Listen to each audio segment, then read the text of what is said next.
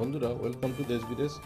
Recently পাকিস্তানের একটা খবর আমাদের জানা খুব দরকার, যেটা পুরো গ্লোবাল মিডিয়া কভার করছে। আল জাজিরা থেকে শুরু করে বিবিসি, সিএনএন সবাই কোনটি কভারেজ করার চেষ্টা করেছে এবং কভারেজ করেই যাচ্ছে। একটা মোস্ট ইম্পর্টেন্ট খবর হচ্ছে পাকিস্তানে 3 দিন ধরে বিরাট ভায়োলেন্স হয়েছে কিছু জায়গা, এবং এর ফলে 150 লোক মারা গেছে এখনও পর্যন্ত, এবং 300 ফ্যামিলি তারা কিন্তু ঘর ছাড়া, তারা অন্য জায়গায় লোকেটেড হয়ে গেছে, তারা পালিয়ে গেছে ঘর থেকে। ঘটনাটা সূত্রপাত হয়েছে কীরকম? পাকিস্তানে কেপিকে বলে একটা জায়গা আছে, সেখানে তুলনামূলক অল ওভার কান্ট্রি শিয়া সম্প্রদায়ের লোক কিছু বেশি আছে। তো সেখানে হঠাৎ একদিন আপনার একজন বন্দুকধারী আসে এবং এসে একটা শিয়া সম্প্রদায়ের লোক রাস্তা দিয়ে যাচ্ছিল, তাকে গুলি করার পর শিয়া সম্প্রদায়ের বাড়ির লোক, তারা তো স্বভাবতই সব বেরিয়ে আসবে যারা পাড়ায় প্রতিবেশী আছে, এবং সঙ্গে সঙ্গে সেই বন্দুকধারী সবাইকে লক্ষ্য করে গুলি চালাতে থাকে, এবং গুলি চালানোর ফলে অন স্পট 40 থেকে 43টা লোক মারা যায়। চিন্তা করুন একবার, 40 থেকে 43 লোক মারা যায়। তাদের অপরাধটা কি? তারা নাকি শিয়া সম্প্রদায়ের লোক। এই অপরাধে কিন্তু বাকি লোক মারা যায়। স্বভাবতই শিয়া সম্প্রদায়ে আরও লোকজন বেরিয়ে আসে এবং তারা আরও ভায়োলেন্স করে জায়গাটা।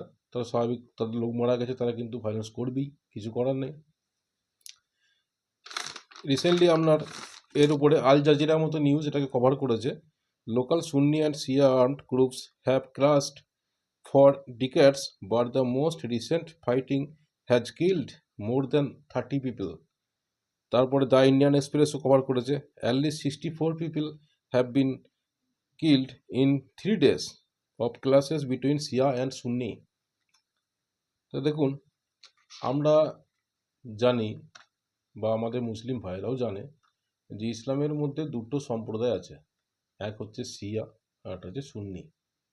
তা এখন পাকিস্তানের জনসংখ্যা দেখতে গেলে, পাকিস্তানের জনসংখ্যার বিচারে এখন পাকিস্তানের জনসংখ্যা হচ্ছে প্রায় 24 কোটি। এই 24 কোটির মধ্যে আপনার 97%, যেহেতু ইসলামিক কান্ট্রি, 97% অবভিয়াসলি মুসলিম হবে, এবং 97%-এর মধ্যে 80 to 85%, মানে 80 থেকে 85% হচ্ছে আপনার সুন্নি সম্প্রদায়, এবং 10 থেকে 15% হচ্ছে শিয়া সম্প্রদায়। তো এখন এদের মধ্যে এই খটমট, এই যে সংঘর্ষ লাগাতার হচ্ছে, এর পেছনে কিন্তু কারণ ওইটাই, সম্প্রদায়ের মধ্যে যেটা হয়, রিলিজিয়াস ভেদাভেদ যেটা হয় ওদের মধ্যে, সেটা আছে, সেটা হয়। তা পাকিস্তানে যে 150 লোক মারা যাওয়া, 40-42 লোক মারা যাওয়া, এটা কোনো কমন, এটা একটা কমন ব্যাপার। এটা কোনো আমাদের মতো দেশে হলে একটা হিউজ ইম্প্যাক্ট শুরু হতো, তো সেখানে কিন্তু এটা কোনো ব্যাপার নয়। তো যাই হোক, তো রিসেন্টলি এই যে ঘটনাটা ঘটেছে, এটা পিছনে কোনো আফগানিস্তানের টেরিটরি বা কেউ যুক্ত নয়। স্বভাবতই দেখতে পাচ্ছি, নিউজ চ্যানেল আমরা ফলো করবেন, এবং এটা সাধারণ লোকেদের মধ্যে ঝামেলা, অশান্তি, ঝগড়া। পাকিস্তানের যে 97% সুন্নি সম্প্রদায় আছে এবং 15% শিয়া সম্প্রদায় আছে, তা আপনারা জানেন, ইন্টারনেট ঘাঁটলে পাবেন, 1987 সাল থেকে 2007 সাল পর্যন্ত শিয়া কমিউনিটি প্রায় 4000 লোক মারা গেছে।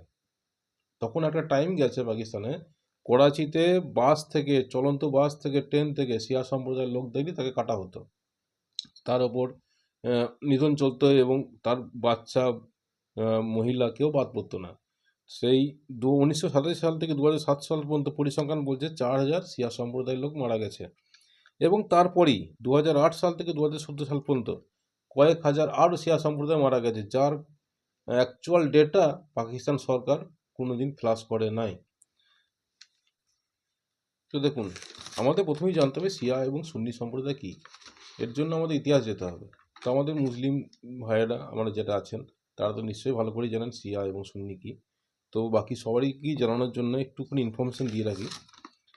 দেখুন, গ্লোবাল ইসলাম যেটা বলছে, Sunni follow the customs of Muhammad, মানে আমাদের মোহাম্মদ সাহেবের যে নীতিগুলো অনুসরণ করেন, এবং সুন্নি সম্প্রদায়ের লোকেরা তাদের যে লিডার হয়, সেই লিডারটা অ্যাকচুয়াল তাকেই করা হয় যে সুন্নি সম্প্রদায় ভালো চায় এবং সুন্নি সম্প্রদায়কে আরও অগ্রগতির দিকে নিয়ে যায়, তাকে লিডারশিপ করা হয়।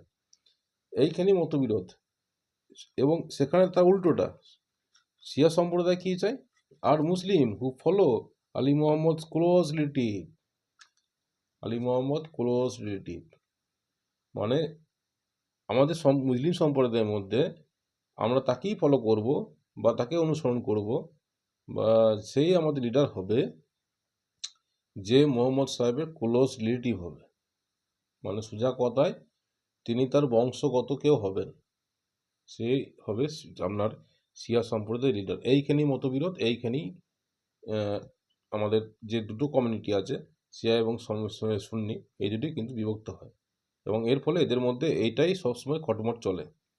তো এখন বর্তমানে পাকিস্তানে যেরকম 10-50% দেখতে পাচ্ছেন এখন শিয়া সম্প্রদায়ের লোক আছে, বাকি 80-85% সুন্নি সম্প্রদায়ের লোক, মানে অবভিয়াসলি সুন্নি প্রধান দেশ। অপোজিটলি দেখতে গেলে আমাদের শিয়া সম্প্রদায়ের মেজরিটির দেশ কিন্তু এখনও আছে, যেটা ইরান আছে। ইরানে আপনার ঠিক উল্টো, 80-85% আপনার শিয়া সম্প্রদায়ের লোক এবং 10-15% হচ্ছে সুন্নি সম্প্রদায়ের লোক।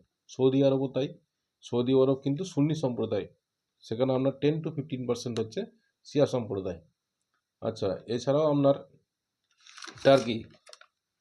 টার্কি দেখুন 10-15% সেখানে শিয়া এবং বাকি 80-85% সেখানে সুন্নি। আজারবাইজান 65-75% সেখানে হচ্ছে আমরা আজারবাইজানে সেটা শিয়া এবং বাকি 25% যেটা পড়ে থাকে সেটা সুন্নি। ইরাকে 65-70% হচ্ছে সুন্নি, বাকি হচ্ছে আপনার 25% শিয়া। স্বভাবতই ইরাকও কিন্তু এই খটমট লেগে থাকে, প্রায় সময় লোক কিন্তু মারা যায়, সাধারণ মানুষ এই ঝামেলার মধ্যে মারা যায় লিডারশিপ নিয়ে, বা এই যে একটা সম্প্রদায়ের মধ্যে ভেদাভেদ, এর জন্য কিন্তু ইরাকেও মাঝে মাঝে খটমট হয়।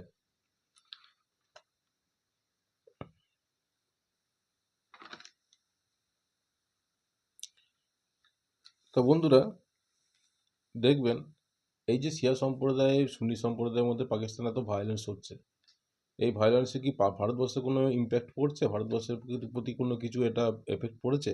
বা ভারতবর্ষ কি এতে কোনোভাবে এফেক্টিভ? তো এটা আপনারা কমেন্ট করে জানাবেন। তো আমার যেটা নিজস্ব ভিউ আছে, দেখুন ভারতের মেন যেটা এফেক্ট পড়বে সেটা হচ্ছে পিওকে হচ্ছে পাক অকুপায়েড কাশ্মীর, যেটা পাক অধিকৃত কাশ্মীর বলা হয়। সেখানে আপনার গিলগিট বলে একটা জায়গা আছে, গিলগিট পাকিস্তান বলে একটা জায়গা আছে, সেখানে বরাবরই আপনার শিয়া সম্প্রদায়ের পার্সেন্টেজ বেশি, শিয়া সম্প্রদায়ে প্রচুর লোক ছিল সেখানে, শিয়া সম্প্রদায়ের মেজরিটি বেশি ছিল। এবার স্বভাবতই শিয়া সম্প্রদায়ের মেজরিটি বেশি থাকলে, যেখানে অল ওভার কান্ট্রি পাকিস্তানের সুন্নি সম্প্রদায়ের মেজরিটি আছে, সেখানে একটা জায়গায় যদি শিয়া সম্প্রদায়ের মেজরিটি বেশি থাকে, স্বভাবতই তাদের মতবিরোধ হবে। এইখানেই 2023-24 সাল পর্যন্ত সেখানে রিসেন্টলি হঠাৎ আপনার শিয়া সম্প্রদায়ের লোক কিন্তু আসতে অনেক কমে গেছে। শিয়া সম্প্রদায় সেখানে এখন 5-10% হয়ে গেছে, বাকি তো সুন্নি। তো স্বভাবতই বুঝতেই পারছেন ভারত সরকারের মাথা ব্যথার কারণটা এখন কোথায়। যখন সুন্নি সম্প্রদায় অল ওভার পাকিস্তানটা পুরোটাই হয়ে যাবে, তখন কিন্তু পিওকে নিয়ে ভারতের কিন্তু একটা চিন্তা থেকেই গেল। তো ভালো থাকবেন বন্ধুরা, আমার ভিডিওটা একটু লাইক করবেন, সাবস্ক্রাইব করবেন, আর রিসেন্ট খুব তাড়াতাড়ির মধ্যে নিউ ভিডিও নিয়ে আবার আসছি। জয় হিন্দ।